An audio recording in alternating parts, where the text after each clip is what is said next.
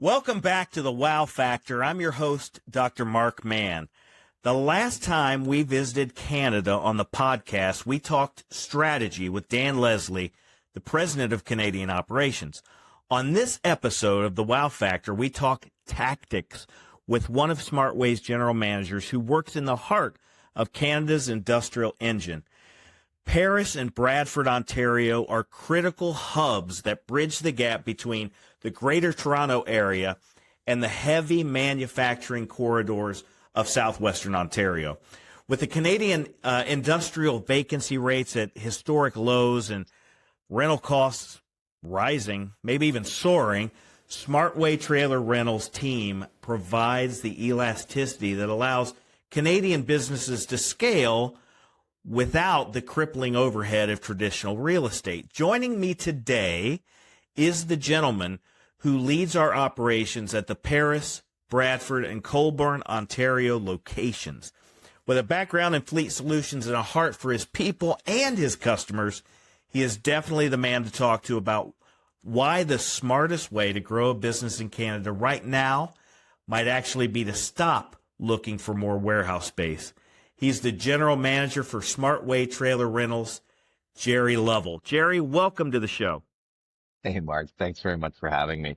Full disclosure, it's my first podcast ever. Done a few TikToks with my daughter. Never a podcast, but I'm hoping you don't ask me to dance like she does, so we're good there. Awesome. Well, I'm so happy to have you here, my friend. Now, let's start with the basics. You lead a company that's been a staple in the Greater Toronto Area for nearly 30 years. How did you first find your way into this world of yards, storage, and cartage? Yeah, actually, I started back in the day when I was actually in high school. I grew up in this industry doing transportation. I was fortunate to get a job at an early age. And through that career, I moved up through into logistics, and got a little bit further out of transportation and more into logistics. What I've always loved about that is just solving problems. So figuring out a better way to do things, smarter ways to do things. And that's how I really ended up here. Today I get to solve problems, but I'm not just solving our problems. I'm actually getting to solve our customers' problems, which, that actually feels better for me at that point. I get to solve other people's problems. Yeah, there's a big focus on customer service. I noticed that with the Smartway locations up there in Canada. Now, you guys have 6,000 trailers in your fleet, and I think you've got six locations or seven locations across Ontario and Quebec. Is that right? Yeah, we also have a number of what we'd call service yards. So yards where we can actually drop and ship trailers from, which allows our customers a lot of flexibility as well. Great. Now, with that many trailers spread across all of Ontario and Quebec, what does a normal day look like for you there in the Greater Toronto market? Yeah, I don't know. I mean, to be fair, I don't know if there is such a thing as normal around here. But what I would say is like our normal day to day is coming in and, we're checking the yards. We're making sure everything's where we left it. We're looking at our pipeline, what's left to come up. But the reality is what we tend to do more than anything is make sure that we have everything available and ready so that when a customer calls, because it happens all the time, or they call last minute and they need something urgently, we're able to jump and react quickly and get them exactly what they need. So we're not really just, planning for months ahead. We're planning for that emergency situation that's happening today. Yeah, so let's talk a little bit about that. When we spoke to Dan, he indicated that the Greater Toronto Area is one of the tightest industrial markets in the world right now. When you look at the Ontario market today, what would you say are the three biggest space headaches your customers are bringing to you again and again? Yeah, I mean, for us, I would say first it's warehouse space. There's just never enough space. Real estate is so difficult to acquire out here, and if you're going to get real estate, it's outside of the city. So, for us, it's a lot of our customers, it's space, right? So, and then on top of that, it's where do you put it all, right? So that's where yard solutions come in. So we have yard storage here, which allows us to move your product to one of the facilities that are close by, that are easy to be able to bring back and forth. I would also say seasonality. Because of the type of weather and environment that we're in here, even the stores, the stocks change. I mean, we all see the holiday stuff go in and out, but up here you literally go from summer clothing to winter clothing, from, you know, summer maintenance to winter maintenance. And that's where we come in for the seasonality for those things too, because we can actually store all of that product for those retail type customers, and we're able to take it off their site and put it in our storage yards to then move back to them. Yeah. So tell me about a recent week where you saw a company in the Paris or Bradford area really just hit a wall because their production outpaced their floor space. So this one's kind of funny because we literally just had this happen where a customer, they had called about 2 weeks ago. They actually called in the winter and asked for a quote on different things at the very beginning of the winter. And then they kind of hemmed and hawed and they weren't sure what they were going to do. And about 2 weeks ago, they called and they said, okay, we're ready to start. We need a couple trailers. Here's the situation. This is what we have going on. Within the 5 days, so this call happened on Monday. By Friday, we had delivered 40 trailers, had 40 trailers loaded, 40 trailers returned to our yard and actually put into storage at this time. And now, instead of just bringing them back to their warehouse, they've thought about the solution. We've talked about it, and we may just deliver some of these trailers straight to other DCs for them across Canada. So into Ottawa, Montreal, so forth, allowing them to not even have to cross-dock this freight into a different transportation provider. It's amazing that a customer will call and say, we need a couple of trailers, and it ends up being 50. Yeah. And you store it for them. That's fantastic. Yeah, it's a lot of moving parts, but it's what we do. Great customer service. Dan took us on a 10,000-foot view trip across Ontario and Quebec.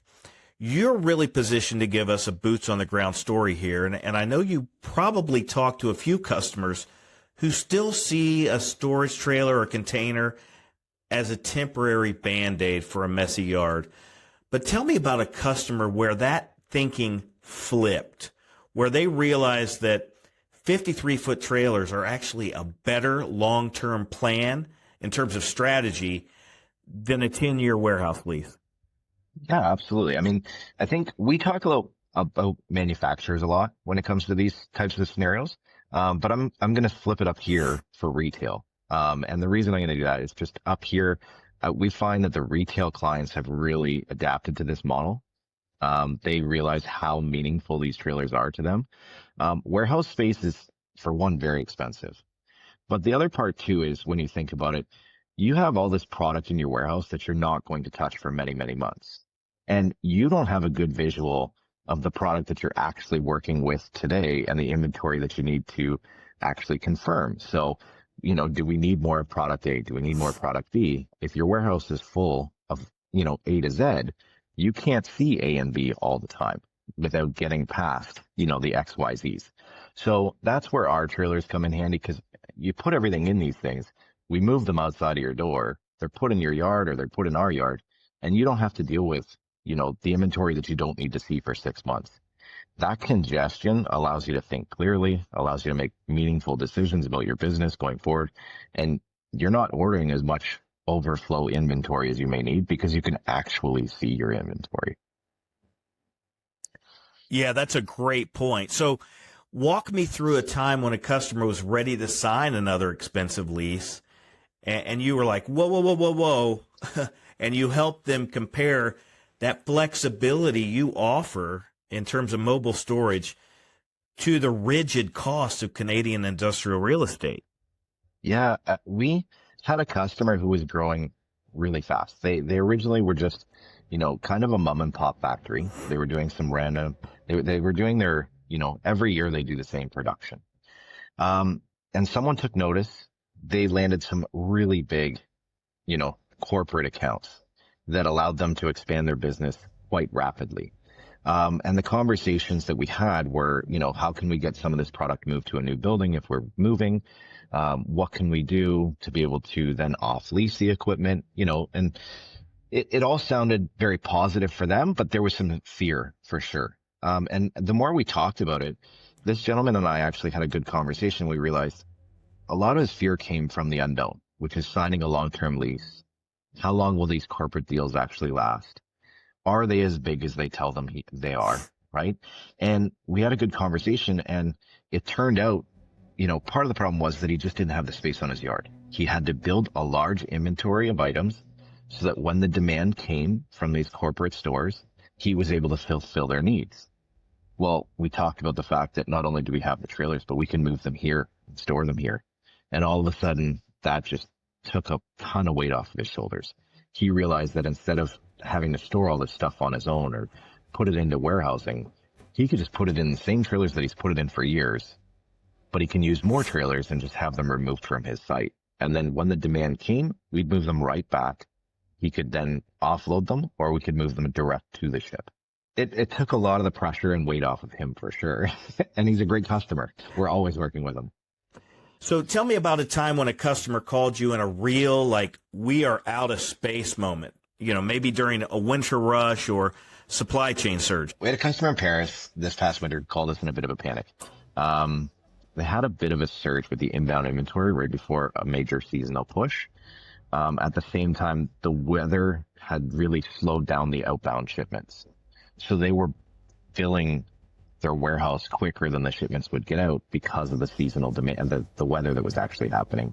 So they called us in a panic. We brought over some equipment. They were able to fill these trailers quickly and then be able to offload them when the transportation was actually able to arrive and be able to pull them out of this bind that they were in. Those trailers allowed them the space to continue production without having to halt everything. And, last thing you want to do is halt production and have everybody sitting and waiting. Yeah, and knowing what you know about how mobile storage changes the entire dynamics of an organization, what would you say changed for that customer and their employees in the first 48 hours after your team got involved and trailers landed on their lot? Yeah, I mean, breathing room. Breathing room was the biggest thing, right? And I guess it's underrated. Sometimes you don't realize how much that clutter can just cause chaos, right? And removing that gave them the breathing room and the space to realize, like, they can continue, they can keep moving, as much as they need the carriers there to get the product out. Not everything is a complete stop. It's not feeling so chaotic anymore. And then, they can actually move around safely in their warehouse as well. I think safety is underrated when it comes to the warehouse space. People are like, we'll just fill it. But production slows completely down when there's clutter, because you have to be a lot more cautious moving around. You have to make sure that nobody's getting hurt. And when you just fill a warehouse like that because you're waiting for people to be able to outbound ship, I mean, that's where the trailers help, right? It's like stretching a warehouse. It's literally stretching somebody's warehouse for them. Yeah, and in those calls, what separates the companies that recover and move on from those who keep fighting the same problems, month in and month out? Is it planning? Is it budget? What is it? Sometimes they're done with this and we survived this, we can move on, but then they don't always think, how did we get here in the first place? For us, we bring in that solution, we get rid of that fire drill that they just had, and then we can actually talk with them and figure out ways to make sure that that solution is always available for them. I think once somebody's used the trailer once, they realize how beneficial it actually is to them, and they continue to always want or need that equipment going forward. I guess need is a better say for that, because the reality is that we'd love to have more space at all times.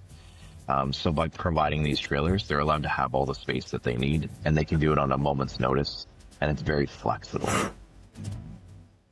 Now, you are a big proponent of one-call resolution, and even during this podcast, you've our discussion here, you've talked about solution.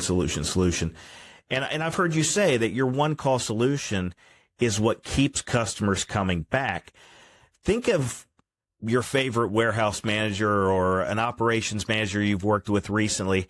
How does having 50 or 60 trailers from Smartway quietly make their job easier when their docks are full? Yeah, I think, it can kind of relate to what I was saying prior to with the hecticness, right? So once you have 50 or 60 trailers or even more, depending on the location, it calms things down. We take out the blind spots in a warehouse. We remove the obstacles that you're dealing with, right? By bringing in those trailers. It can slow down production. extremely fast when it's overpacked and overloaded because people can't focus on what they need to focus on. Um, you know, where somebody could get hurt, right? Those skids in your warehouse create blind spots, obstacles for your forklift drivers. And, it's just a matter. I've worked in a busy warehouse. I've been there, and those skids, when you're walking around, you're, looking around the corner, hoping nobody's coming. And the forklift driver, he's in a rush to get trailers loaded. And unfortunately, he or she may not be looking, right? Or they miss you. So it's just, safety first, safety always is a big motto here. But that's something that we can pass on to our customers too, right? By bringing in these trailers. Absolutely. Yeah. Safety first, safety always, as we talk about it all the time. All right, Gerry, I want you to put on your P&L hat for a minute. Let's talk about the math. All right. Warehouse rates in Ontario are skyrocketing. I hear it from everybody. Dan alluded to that when we spoke to him. Without naming names, tell me about a customer who saw a clear dollar impact on things like demurrage fees, detention, staffing costs once they moved to a mobile storage model. Yeah. We had a customer, and I won't name names, who, they had a great opportunity to save a ton of money with buying in bulk. And right now with the uncertainty with the markets, you never know what's going to cost what in the next month. What taxes we're going to have on what tariffs we may have on what. It allowed them to go out and invest into something that they knew they were going to need for a long term, but they could buy it in bulk and have space to put it. So prior to, they would just buy what they needed from time to time, because the flux with the pricing didn't change as drastically as it does today, right? So today they're able to go out, and they have recently just bought a ton of material. They've put it into our trailers, and they actually move the material into the warehouse when they're producing something of that product. Then they move it back out, and they'll move in the other trailers for the next product. And they keep doing this over and over. And they've called and said, like, I didn't even think of this. This is fantastic. I don't know why we didn't do this sooner. And I think they've opened up their eyes to the fact that now when they're doing the procurements, they're looking at, okay, so how can we save the most, right? And maybe it's buying in large bulk items. We do it internally. We buy bulk parts for our trailers, right? And that's what they're doing now. Great point. So what is the cost of warehouse space in Ontario? Is it like $12, $15, $20 square foot? It's quite expensive. Even land out here is quite expensive. Everything has added up drastically, and then the taxes. So it's hard to actually put a number on some of it, because the reality is that, you're going to go do a $15, $20 square foot deal. But then taxes, utilities, everything like that really starts to add up, and there's a lot of unknowns. So if a VP of supply chain asks for a simple way to compare a warehouse lease to mobile storage at a whiteboard, how would you walk them through the cost per pallet or per square foot? I mean, that's a great question, because we do that, whether it's on a whiteboard or over the phone or in an email, right? We literally try to work through it with people, and it's not in a sales pitchy type way. It's literally, this is the numbers, right? But we'll split it. We'll just say, okay, so let's draw a line in the sand. It's like doing your pros and cons, right? So, but you're doing warehouse and trailer. And on one side, you're going to put your warehouse, and you're going to put in stuff like your property taxes, utilities, racking, labor, right? You need labor to be able to move that product around inside, especially a large building. All the hidden costs that nobody thinks of, like Wi-Fi extenders. I mean, you don't think of it, but you need it. Electrical, you have to have electricity through the entire building at that point. And that, your HVAC system, your fresh air system, everything adds up so quickly. And they're on long-term lease agreements that you can't just shut off half the building. You can't, you can turn off some lights, absolutely, but you can't turn off the HVAC system. You can't get rid of the electrical that you've paid for. Whereas a trailer, on the other side of the board, you're going to write trailer, and you're going to go off the fact that your monthly rental fee, you have your yard storage if you're paying for yard storage. But you have your unloading and unloading of the trailer, but that's it. You don't have the extra, and the perk is that if you need 100 trailers, I can get you 100. You need 500, I can get you 500. If business changes and you need 200, that's fine. We'll get the 300 back off your yard and we'll have them here when you want them back. It's that simple, right? Whereas a warehouse, you can't do that. Yeah, it's month to month, right? And it's probably $1 a square foot. Is that right? It's so much cheaper up here for sure. I mean, it's less than $1 a square foot. I can assure you that. And it actually, it's $1 a day, $10 a day type thing, depending on what you're getting, right? So it's fractional. All right, so let's give the listeners an actionable Canadian playbook. If a manager in the GTA or Southwestern Ontario is out of space and maybe even out of budget today, what's the first step they should take before they even call you? Yeah, I think I can answer this one pretty quickly. And what I'd say is walk your floor, right? Walk your floor, figure out what needs to be inside your building versus what doesn't, right? What do you need to see today? What don't you need to see today, right? And then we can have a good conversation about the type of product that you need, whether it's a smaller trailer, a larger trailer, a reefer, heater, whatever it may be. But that's where the first step I would say is always, get familiar with what you actually need. And if you're not sure, give us a call. I mean, we'll help. Gladly, I'll come walk your floor with you. One call solution, right? You got it. No whiteboards needed. Just call me. Sure. All right. Let's switch gears to a little bit of fun question here. I recently interviewed a colleague of yours in the southern U.S. market, and we discussed trailers full of Christmas trees in November and cured tobacco during tobacco season in the Carolinas. What is the most unusual use case for our trailers up there in Ontario? It's funny because the GMs, every once in a while when we're talking, we hear all the different stories we have, and we're like, that's what you put in those things? But up here, we have a customer that actually puts turkeys in the trailers. And again, some of it's due to weather. So shipments coming in quicker than they expected. Sometimes they're delayed and they come in bulk. They need to be able to offload and move the turkeys around.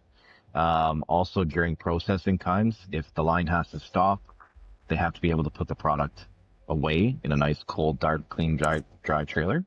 And they need to be able to, not lose all that production. So that trailer, it's crazy to think, but the value inside that trailer during that exact stressful moment for them is extremely high, but they rely on it, and they have an abundance of our trailers that they rely on daily that are always there, operational, and ready to go. Turkeys. That's a new one for me. That's a new one. I've also heard stories from your colleagues who have told me that they have saved customers millions of dollars a year by offering, a couple hundred dry vans for storage instead of, the customer leasing warehouse space like we talked about earlier. What's the best problem solving or cost saving story up there in your market? Yeah. So I think for us, it's being able to grow without building, right? So they're able to save a ton of money because they can actually bring in what they need at the exact moment that they need. They can remove what they need when they don't need it. We don't have the same fixed costs that a building does, right? Which we've discussed already, but it's honestly like it's expansion and subtraction when they need it. And that allows them to be so flexible. Stores don't keep their Christmas stuffs on the shelves all year round for that exact reason, right? You're not keeping product out that you don't need, right? And that's when they're calling us, as you said, putting Christmas trees in a trailer, right? That's exactly what they're doing. They're storing them somewhere so that when they're needed, it's there, but it's not out in your face all day long. I mean, we don't want our warehouses looking like our garages. That's absolutely true. All right, so we're going to move on to the signature round. You know, Dan Patrick always has his signature round. So buckle up. Here we go. All right. What was the moment? What was the moment when you thought to yourself, yeah, this is my world? Warehouses, yards, the 401, the 403, all of it. Well, a psychiatrist might come and get me in a minute, but I think for me, like, it's funny because I started in high school in logistics and transportation, and I was actually planning to be in the culinary management, right? So restaurant management. I loved commercial kitchens. There was just something about it. But as I worked into this industry, the people that are in this industry are so connected. Everybody is so connected. Everybody, actually means well for each other. And the problem solving. My brain is it's wired in a way that I just want to solve different problems, whether they're number problems, personnel problems, whatever it was, and warehouse solutions. But, for me, I love that, where does everything fit? The puzzle part, right? So it's kind of what kept me into this. And I've tried to get out of it. I will admit, I went and built homes for a couple of years, completely different in some ways, but I ended up being a project manager there and, technically still managing a project. But I missed all of it. So I'm still here. I'm right back where, where I started in a sense, just in a different hat, different zone. I guess I didn't know that you were a commercial kitchen guy. Are you like cooking? Is that like really? I loved cooking. I did culinary in high school, and we were fortunate we had a restaurant at the high school. So I ran the restaurant for a couple of years. They had closed it down, and I was fortunate that they allowed me to open it back up for a couple of years. And I don't know, I loved it, but I don't know. It's just something about logistics. It kept me here. It's that problem. It's constantly a different problem that you're solving, but they're all solvable. I haven't met a problem that we couldn't solve. That's a great testimony. Absolutely great. That if you can say that you haven't met a problem you can't solve, then you are having loads of success up there. That's absolutely fantastic. So when you get home and shut it down for the weekend, what pulls you away from freight and storage? How do you reset for the next week? Yeah. I mean, with my brain, I don't know if I completely shut down because I think we're always looking for the next solution. But honestly, what pulls me away, it's my wife and kids, right? They allow me to reset. My daughter plays competitive volleyball. My son loves to build Lego. Lego is, I love it because it's just building another puzzle. But that's honestly, it's my family. And, it's funny because I think people say all the time, if I won the lottery, I'd buy this or I'd buy this and a car, a house, and I'd have a Lamborghini and all these things. For me, man, if I won the lottery, it's just with my family, right? I just want to make meaningful moments with my family. So when I get out of here, that's where I want to be. I want to be with them all day, every day. If you won the lottery, you would open a commercial kitchen, right? I might, but you'd be rivaling Tim Hortons, right? Yeah, no, for sure. I think again, it's about my family for me when I want to reset.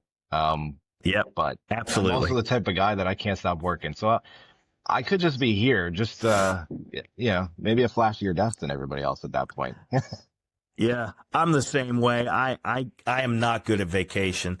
You get a couple days off around Christmas or New Year's, and I work. I can't help it. I'm just not good at taking time off. It's something I need to improve, I think.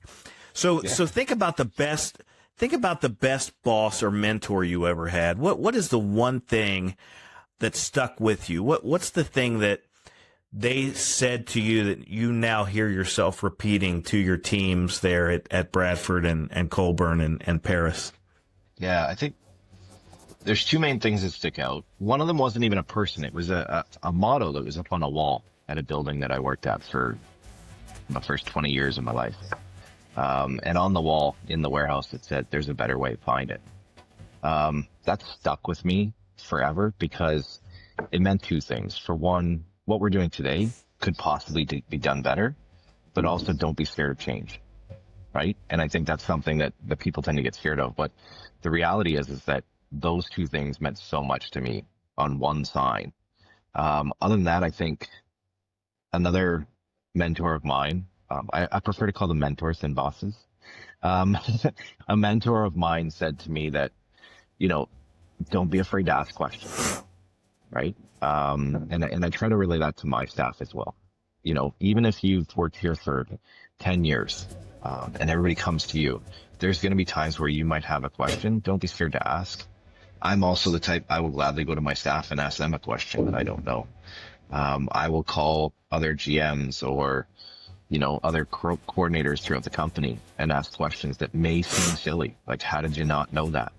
But I didn't know, so I'm going to ask the question. And I think that's one thing that I always try to get my teams out here to believe in, is that you can ask any question and it won't make you weak. It won't make you sound like you don't know what you're doing.